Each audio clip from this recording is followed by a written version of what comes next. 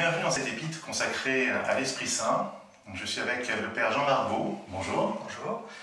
Vous avez publié en mars dernier un ouvrage consacré à l'Esprit. Alors, il y a quelques années de ça, j'avais un collègue musulman qui m'avait dit oui, vous chrétiens, vous croyez dans un Dieu trinitaire. Alors le Père, je comprends. Le Fils, je vois à peu près. Mais l'Esprit Saint, qu'est-ce que c'est? Donc je retourne en fait cette question. L'Esprit Saint, c'est qui? C'est quoi?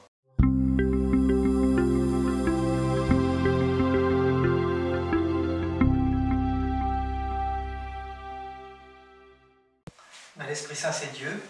Et évidemment, il n'y a pas trois dieux, il n'y en a qu'un. Mais c'est vrai qu'il y a une pluralité mystérieuse en Dieu, dans laquelle l'Esprit Saint, c'est plutôt, on pourrait dire, l'amour du Père et du Fils dans une réciprocité vivante et dynamique. Un jour, on m'avait donné une image, alors un peu comme toutes les images, à la fois éclairant et parfois un peu caricatural. Et on disait, le Père, c'est Dieu au-dessus de nous, le Fils, c'est Dieu à côté de nous dans l'histoire, et l'Esprit Saint, c'est Dieu en nous. On peut dire ça comme ça, effectivement, c'est une représentation. Voilà. C'est une représentation par rapport à nous. C'est-à-dire qu'effectivement, nous allons vers le Dieu, Père, en prenant la position et l'itinéraire du Fils dans l'esprit commun du Père et du Fils. Donc on est dans la position filiale, tournée vers le Père, et c'est ça qui est l'animation de l'Esprit Saint, qui nous introduit dans la vie divine. Saint Paul souvent incite dans ses épîtres sur le passage de la loi à l'esprit. Ouais. Est-ce que vous pouvez nous éclairer sur le sens de ce passage de la loi à l'esprit?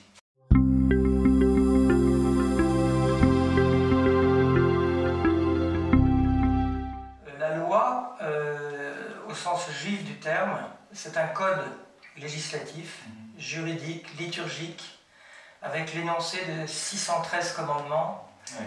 Dans laquelle il y a 10 commandements majeurs qui sont au fondement de la spiritualité, de la morale universelle.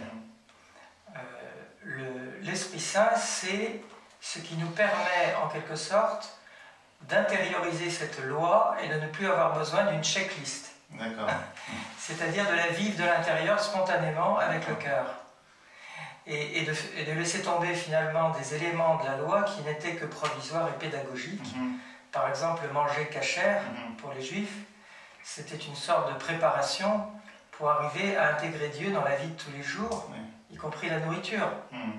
Mais à partir du moment où l'Esprit Saint est là, il n'y a plus besoin de distinguer des nourritures pures des nourritures impures.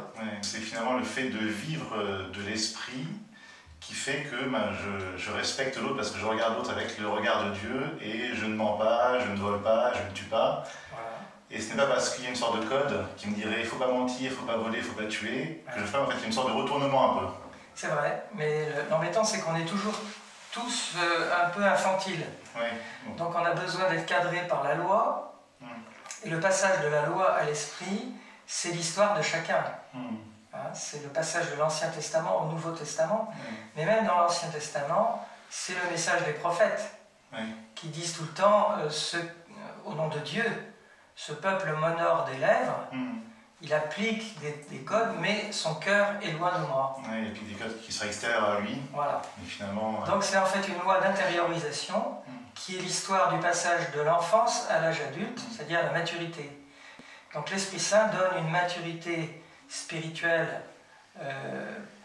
de plus en plus profonde, de plus en plus spontanée, qui fait qu'on est apte à se passer d'une espèce de code de permis défendu qui nous encadre de manière contraignante.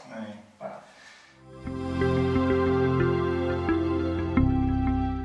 Il y a un peu parfois une image d'Épinal du catholique petit bourgeois qui va à la messe mais qui est un peu aigri, qui est un peu... et c'est justement peut-être cette personne finalement qui essaie d'appliquer entre guillemets un code, mais finalement qui ne vit pas de l'esprit. C'est-à-dire que le reproche qu'on lui fait finalement c'est de ne pas aimer. C'est ça. On pourrait dire que, disons, la religion formaliste, c'est pas que catholique, ça peut se transformer dans n'importe quelle religion. C'est à la fois de la morale, c'est du moralisme, c'est du ritualisme, et ce qui manque c'est la spiritualité. Donc ce que dit saint Paul d'ailleurs, il l'explique très bien dans ses lettres, il explique qu'il faut parler en termes spirituels de réalité spirituelle. Et ce qui manque à beaucoup de pratiquants de religion, c'est une spiritualité, c'est-à-dire une profondeur spirituelle. Il s'accroche à des ritualismes, des codes aussi rigides, ou plus ou moins laxistes. Il y a toute la gamme, hein, qui fait qu'on tombe dans des solutions de facilité. Alors d'ailleurs, dans votre livre, là, vous citez au début une phrase du pape François qui est un peu, alors le pape François est un peu tranché dans ce qu'il exprime, dans sa manière de dire.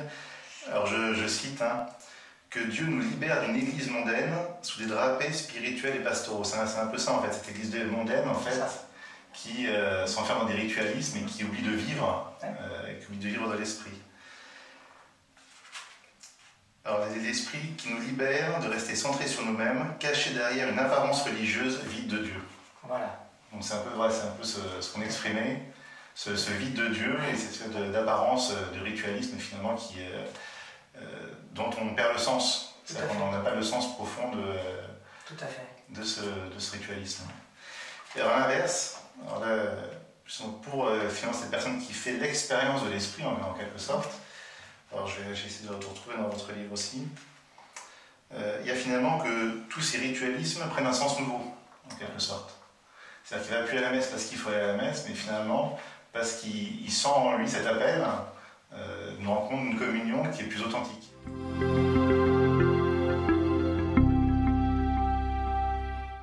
Donc, vous dites en fait cette expérience de l'esprit. Hein. L'expérience varie beaucoup selon les personnes et les circonstances, mais elle revient toujours à une rencontre personnelle avec Dieu, qui produit un bouleversement profond dans la manière d'envisager le sens de la vie. C'est une connaissance expérimentale, donc c'est vraiment faire l'expérience de Dieu. Dans l'obscurité de la foi qui donne à goûter concrètement la présence de Dieu plein d'amour, à partir de là, toutes les grandes vérités de la foi, les textes bibliques, les diverses formes de prière et les rites chrétiens prennent un relief saisissant, nourrissant, parfaitement actuel.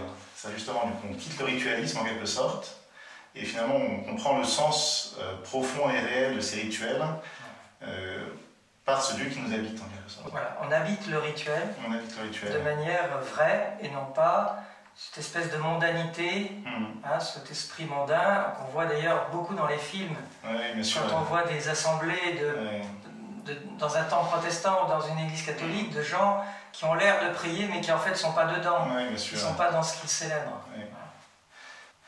Je me souviens d'ailleurs d'un évangélique que j'avais rencontré il y a une quinzaine d'années, qui m'avait dit qu'il avait lu les 4 évangiles avant de se convertir, comme phénomène culturel mondial. Il s'est dit que c'était un peu intéressant. Et il avait trouvé finalement l'histoire intéressante, mais sans plus. Et après sa conversion, il avait relu les évangiles et ça n'avait plus rien à voir. C'est-à-dire qu'il voyait toute la pertinence, toute la force du texte, parce que, habité par cet esprit, il avait une lecture qui était tout autre. Tout à fait. De ces 4 textes. Tout à fait.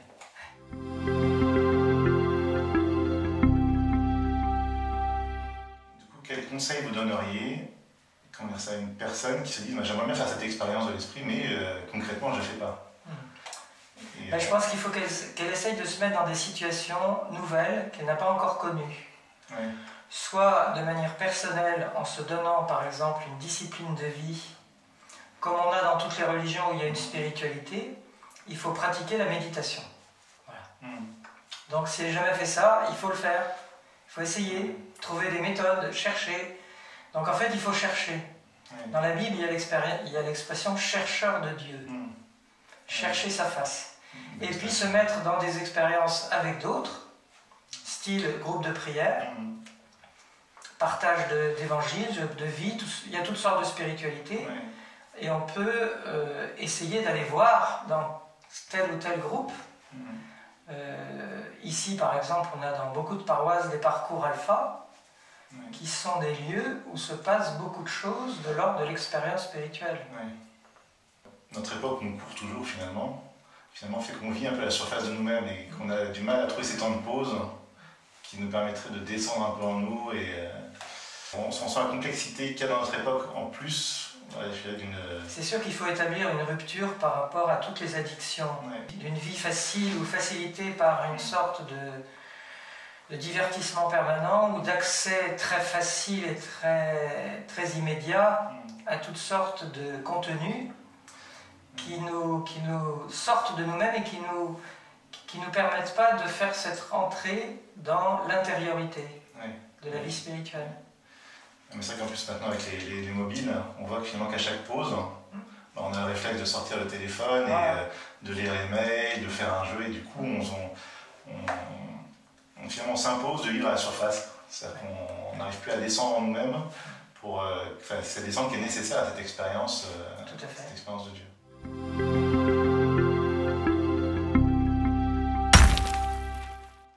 Et alors sur votre livre, donc ce livre en fait comble un peu un manque, c'est ce que vous disiez. Oui, parce que je pense qu'il y a beaucoup de très bons livres sur l'Esprit Saint, mais il manquait un petit livre assez accessible, disons, et assez généraliste, c'est-à-dire qui couvre l'ensemble du sujet et non pas simplement, par exemple, les charismes ou telle spiritualité d'un mouvement, mais là, qui donne, à partir des bases bibliques et de l'histoire aussi de l'Église, qui donne un peu un aperçu général.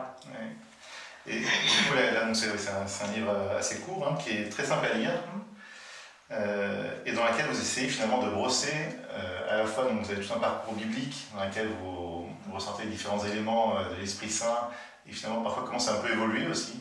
Une révélation progressive. Une révélation progressive de l'Esprit Saint au sein de la Bible. Après, vous brosser dans l'Église, finalement, dans l'histoire de l'Église, et après concrètement, finalement... Dans la vie de tout homme. Dans la vie de tout homme. Quel qu'il soit, à partir de la source intérieure de la vie spirituelle et morale, qui est la conscience morale. Donc c'est un peu un petit livre vraiment concis, qui fait un peu qui nous donne un aperçu, à la fois général, en même temps assez précis et assez concret de l'Esprit Saint. Merci pour cet entretien. Merci bien. Vous trouverez sur cette vidéo le lien vers le livre du Père Beau, mais aussi une vidéo de présentation des parcours alpha. Ces parcours dont vient de nous parler le Père Beau comme un exemple de lieu où l'on peut faire cette expérience de l'esprit. Enfin, en vous abonnant à la newsletter du blog épître.com, d'une part vous serez averti de la publication des nouvelles épîtres, mais en plus vous pourrez télécharger gratuitement le contenu de ces épîtres au format PDF.